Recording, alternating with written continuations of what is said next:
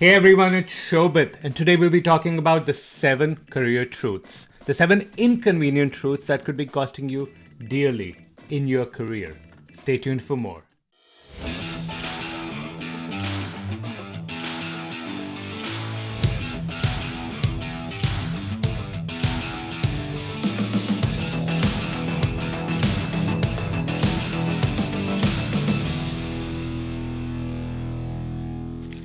So, inconvenient truth number 1 is that you don't solve your career problems until you are ready to solve them. Let me repeat, you don't solve your career problems until you are absolutely ready to solve them. So, here's what I mean by that. Every day I do quite a few enrollment calls. My team does enrollment calls, and we dig into people's career challenges. We dig into the fact that they are working 60 hours a week, 80 hours a week. Their work does not get appreciated. They have peers who have gone much, much further ahead in their career, and these people are still stuck at a particular position. That they wake up in the middle of the night worrying about work, thinking about shit, what's going to happen, all these things I need to do. That they are not being appreciated, that the work they're doing, it's sort of invisible. It's like, I'm doing all these things but nobody seems to notice, and I wonder if I stopped doing all this, that would anyone care? Or they have a boss that's micromanaging them and questioning their every move, and it almost feels like every day they need to give the status report. Or they see all these people who have working on these life-changing, phenomenal products at a Google or Facebook and Amazon, and they're working on stuff for 25 users. It's like their existence, what they're doing, does not matter. That's the kind of, we speak with people with all sorts of problems, like all sorts of challenges. But the fact of the matter is that not every one of them is ready to solve them. And problems get solved only once you have made a firm decision that this is it. No matter what happens, I am drawing a line in the sand and I am going to go solve this problem no matter what. So, why is this important? It's important because consistently, what I've seen people do is they get used to their life as is. They get used to their pain. And it's not just that they're used to the pain, they're consistently coming up with what we call coping mechanisms. Coping mechanisms. Essentially, they're telling themselves a story that this is not as bad. This is okay. I'm only making, 200,000 less than what my peers are making. I know other people who are making 300,000 less than what my peers are making, so it's not that bad. Or, yeah, I have 25 users only, but at least it's 25 users. I know people who have 15 users. Whatever pain, challenge they are in, because they have to live with this every single day, they come up with all sorts of stories that, in some sense, minimize the pain, minimize the impact it's having. When I have a conversation, often we explore the challenge that you have right now. How is that affecting your relationships? I mean, if you are showing up with a lack of confidence at work, where else do you show up with a lack of confidence, and how does that affect your relationship with your spouse, your friends, your kids? How do you show up to social events? How good do you feel when you're around other people? How good do you feel when you're around your peers? How does that affect your sleep? How does that affect your health? The effect is everywhere. But in order to live life as it's happening, I see people minimize the pain. Be like, oh no, it's not that bad. I don't feel this. I don't feel that. It's okay. I just want to know how to solve it. The fact of the matter is that, and even when they recognize what's happened, unless they have made a decision that, look, I will take whatever it is required to go fix this career challenge, what's going to happen is that you'll put in some effort, but then you won't really go all the way to solve it. Water boils at 100 degrees. It does not boil at 98 degrees. It does not boil at 99.5 degrees, it boils at 100 degrees centigrade. I know your Fahrenheit people are like, it doesn't. At centigrade, 212 Fahrenheit. So the point though being is that you have to get to that state where you have this firm line in the sand that, look, no matter what, I'm going to go solve this problem now. I don't care the time it takes, the money it takes, the guidance I need, the work I need to put in, the sacrifice I need to make. This is done and I'm doing it now. That clear resolve, that is what leads to problems being solved. And the reason why this is important is because I've seen people go 1 month, 2 months, 6 months, 1 year, 2 year, 5 years and longer with this same challenge that we know is causing so much pain and anxiety in their life, where they're wishing that something else was happening, but they haven't yet made the decision to solve it. And some people I know will go their entire lives not having solved a problem that they had recognized and they knew it was affecting them, but they were telling themselves a story that it wasn't. They were minimizing the pain. They were coming up with coping mechanisms to solve it. So make a firm decision to solve the challenge that you're up against. That's the way you'll proceed forward. And that's the only way you'll solve a major life or career challenge. Number 2, marketing your work and selling the work that you do is just as important as doing the work. Okay, so this is a trigger point for many people. And you know why the trigger point is that everyone has a perception. Well, not everyone, but a lot of people have this perception that my work should speak for myself. You know, if I do phenomenal work, if I'm so good that they can't ignore me, as the saying goes, I should just be recognized. I should be given the rewards that I want. I should be given the recognition that I deserve. I should be given the compensation that I deserve. My external recruiters need to talk about it, and I should be invited to conferences to speak. And all of that's not happening, Shobit. Then why the hell it isn't not happening? And I'm so confused. Like, I'm doing phenomenal work. And the fact is, no one has heard about your work. No one has heard about your work. So selling and marketing your work and make sure you're showcasing it internally and externally is just as important as doing the work. Because if you don't talk about it, nobody else will. And you have to think of this as an entrepreneur.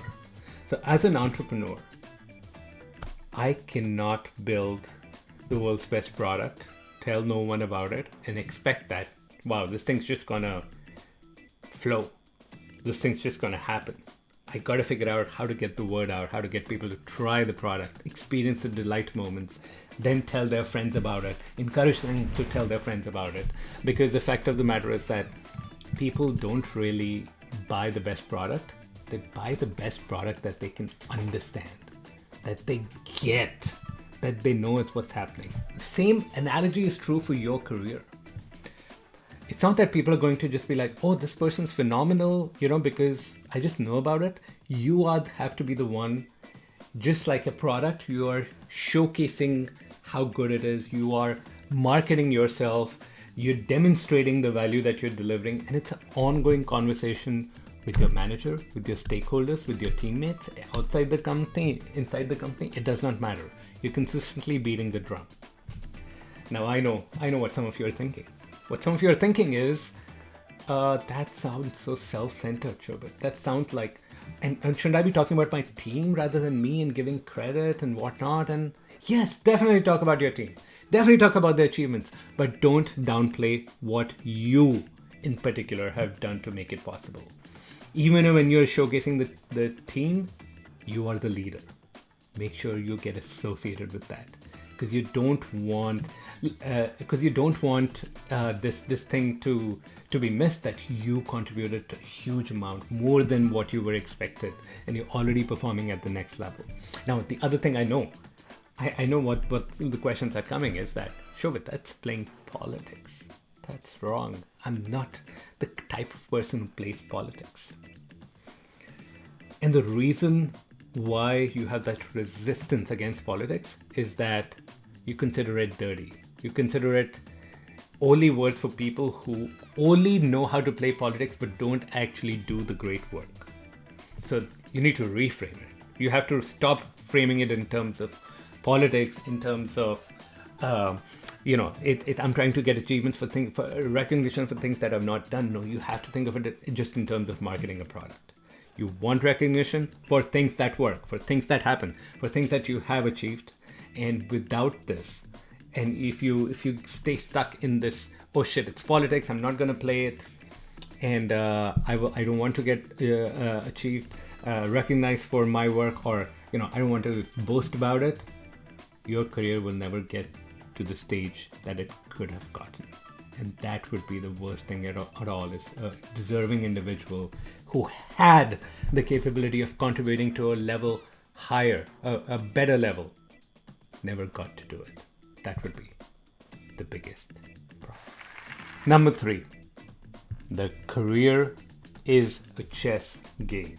So it's an inconvenient truth that when you think of your career, you have to think a few steps forward. So just like a chess master, they can visualize the board and they can see what their opponent is doing, 1 step, 2 step, 3 steps. You have to do that similarly in your career.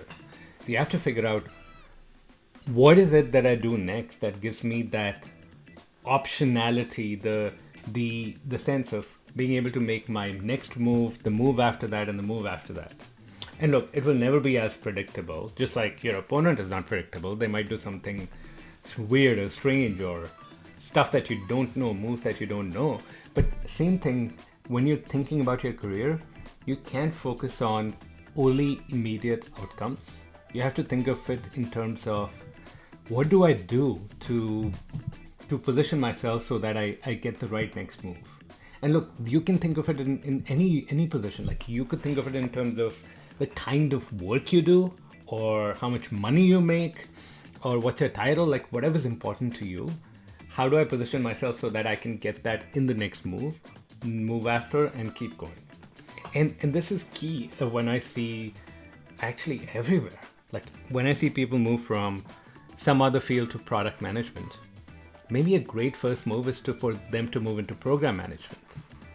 While in some other cases, they might be able to move directly to product management, but what they need is a manager who's going to support them and guide them to be successful in their first year. So there's a whole bunch of different combinations that can happen here.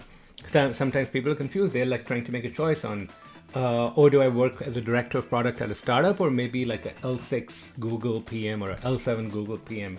Very different jobs, gives you very different outcomes in terms of immediate compensation, but also your long-term career path. And so it's that thinking through like a strategist and as a chess player on not just about my next move, but how could that set me up for success, move after that.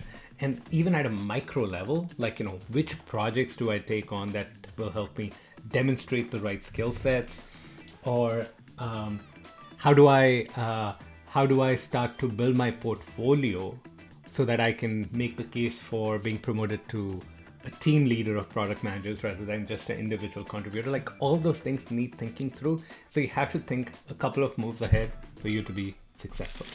Inconvenient truth number 4 is that you have to sow your seeds to reap your rewards. So what does that mean?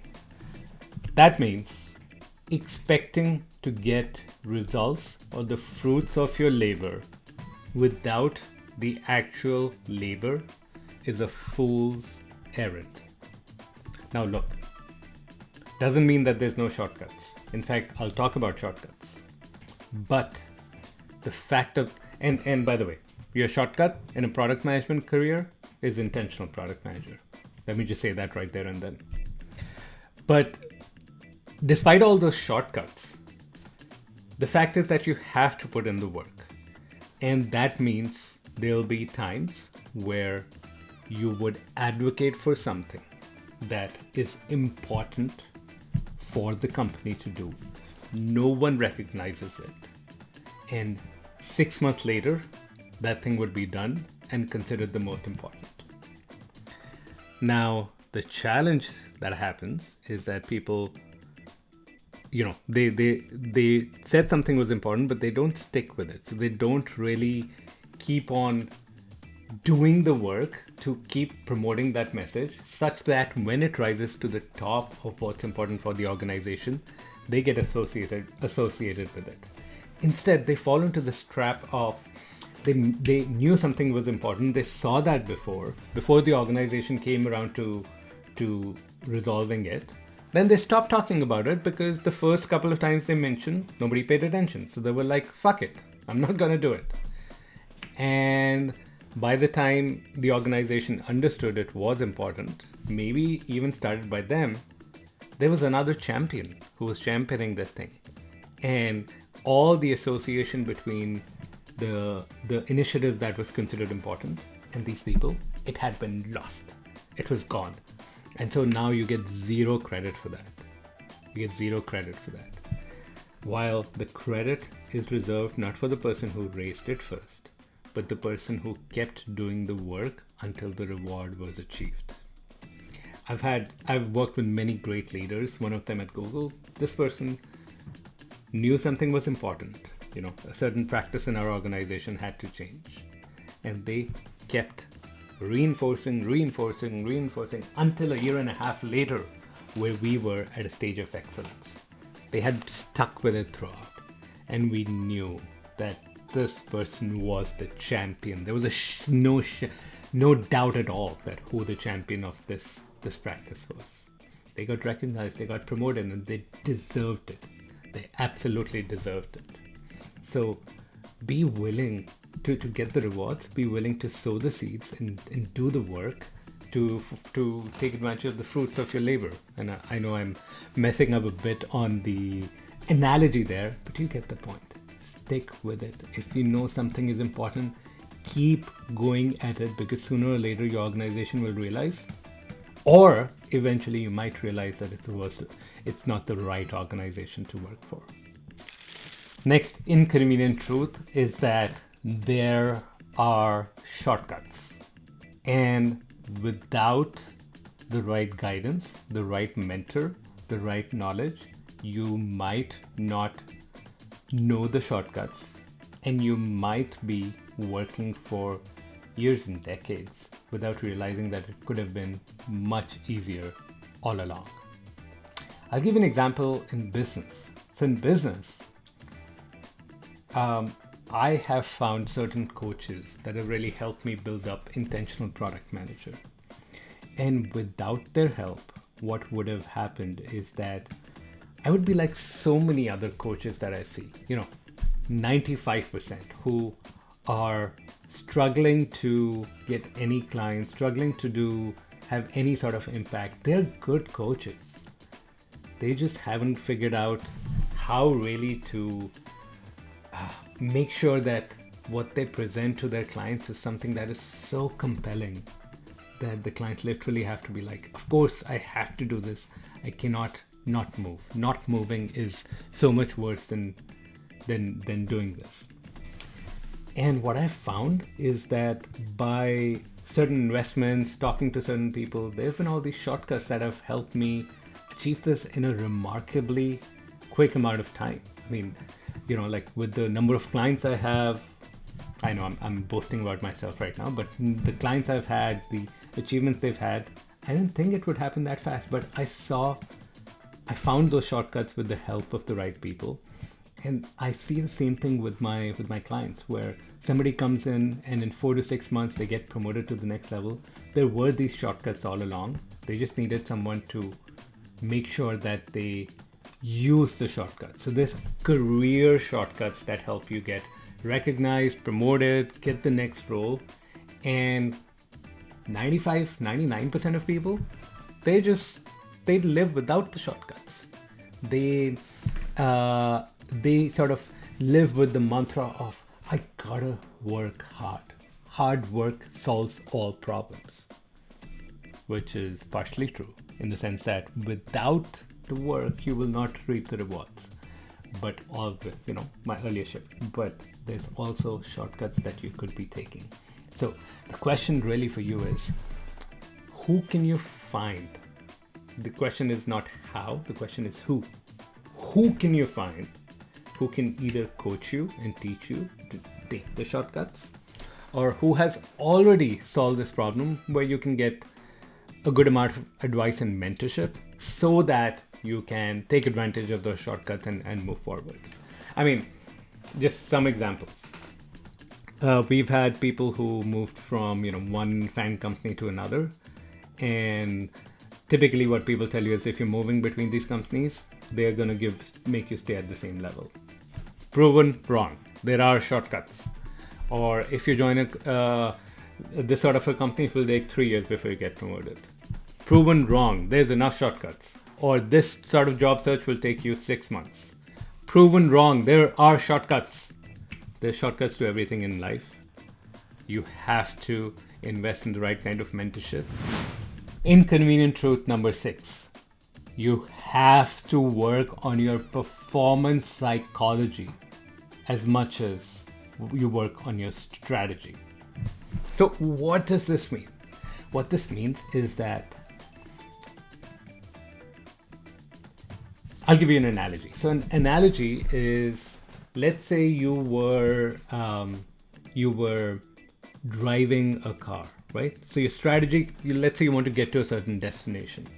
Your strategy is the route. Where all do you turn? Where there's traffic? Think of Google Maps. It's directing you. Whether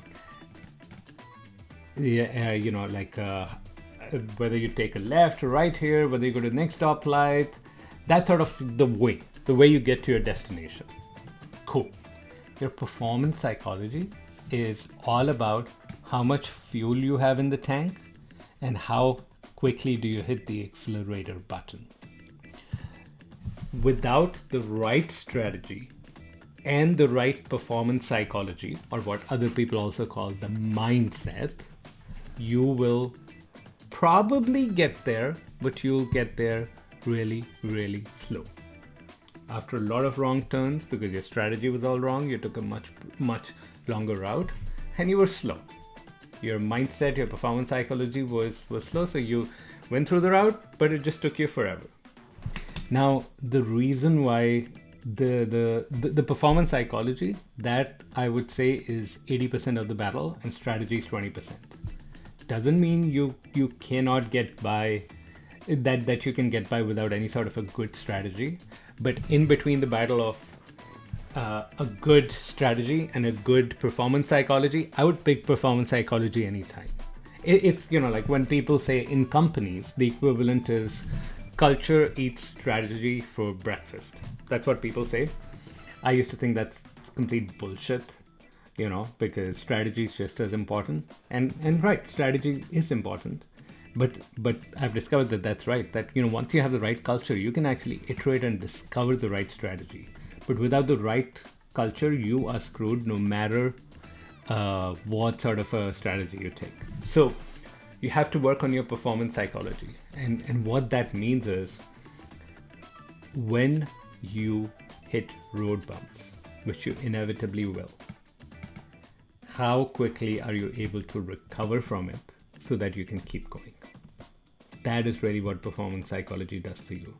Because look, when we think of everything that we do, physically, none of it is actually difficult. Let's say you're finding a new role. Okay, you're looking for a new job. So you're building your resume, a LinkedIn, you're applying to companies, you're interviewing. Physically, the physical act of it is not that difficult. You're talking, writing. It's not that you are running 100 miles and you have to walk across the Sahara Desert, or you have to do something else. It's not that. It's not physically demanded. The problem is that you make meaning out of events that happen and they trip you up. So you make meaning out of things that happen and of events that happen, just repeat, and they trip you up. As an example, you apply to 50 places, you got one call back. Well, that means go fix your resume.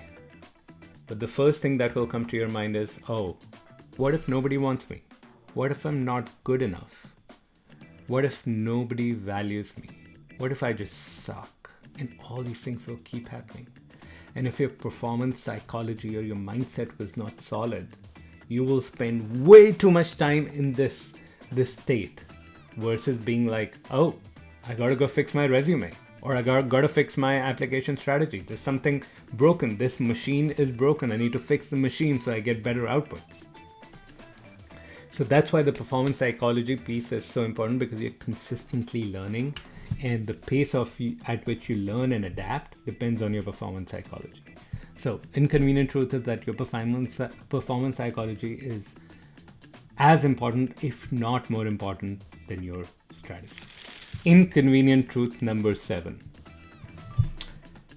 The real reward of everything that happens in your career is not the job, the achievements, the accomplishments, the money.